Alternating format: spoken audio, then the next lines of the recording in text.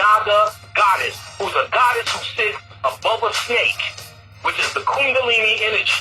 Each time we've been saying nigga, niggers, nigga, Naga, and the rest of that shit, we've been repeating her name, calling on that energy, and it's been waking up the earth.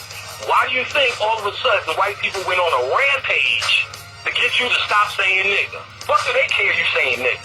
Because they understood he was in a state of rebellion against his creator.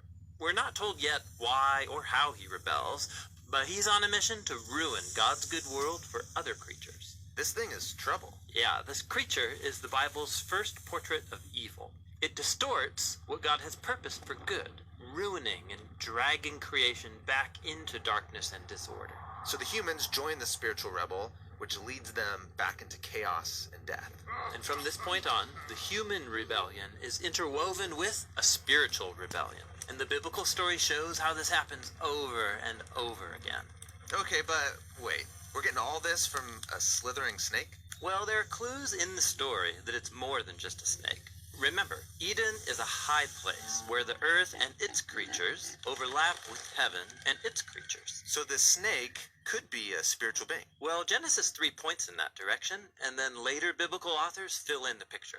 Like when the prophet Isaiah has a vision of God's heavenly throne room, he's surrounded and being praised by the spiritual beings. Yeah, these are the cherubim around God's throne. But when Isaiah sees these creatures, he describes them as seraphim, which in Hebrew means snake. Ah, so the snake is like a former staff member in God's throne room. So why is he talking to the humans? Well, the prophet Ezekiel understood this figure as a spiritual rebel who didn't want to live under God's wisdom and authority. He wanted to be God. All right, that's the same temptation the snake puts before Adam and Eve. Exactly. He says they could rule the world like God, but by their own wisdom. So they're all kicked out of the garden.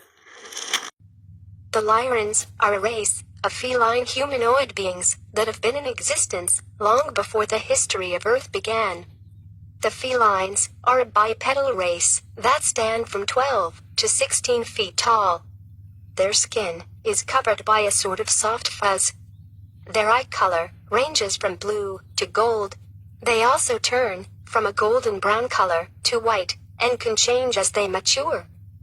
The felines are protective and loving beings, but they also embody confidence, fearlessness, and conviction.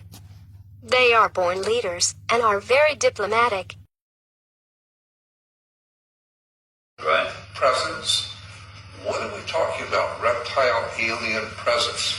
I don't know exactly what all of this means, but I know it's there. I've heard way too much not to know that there is a reptile alien presence on the Earth. The original colonists on this planet, again I'm condensing a lot because you can read about it in that book, were reptilian beings. Reptilians represent about 25% of the population of this galaxy. Human life form represents about 70% of the life forms in this particular galaxy.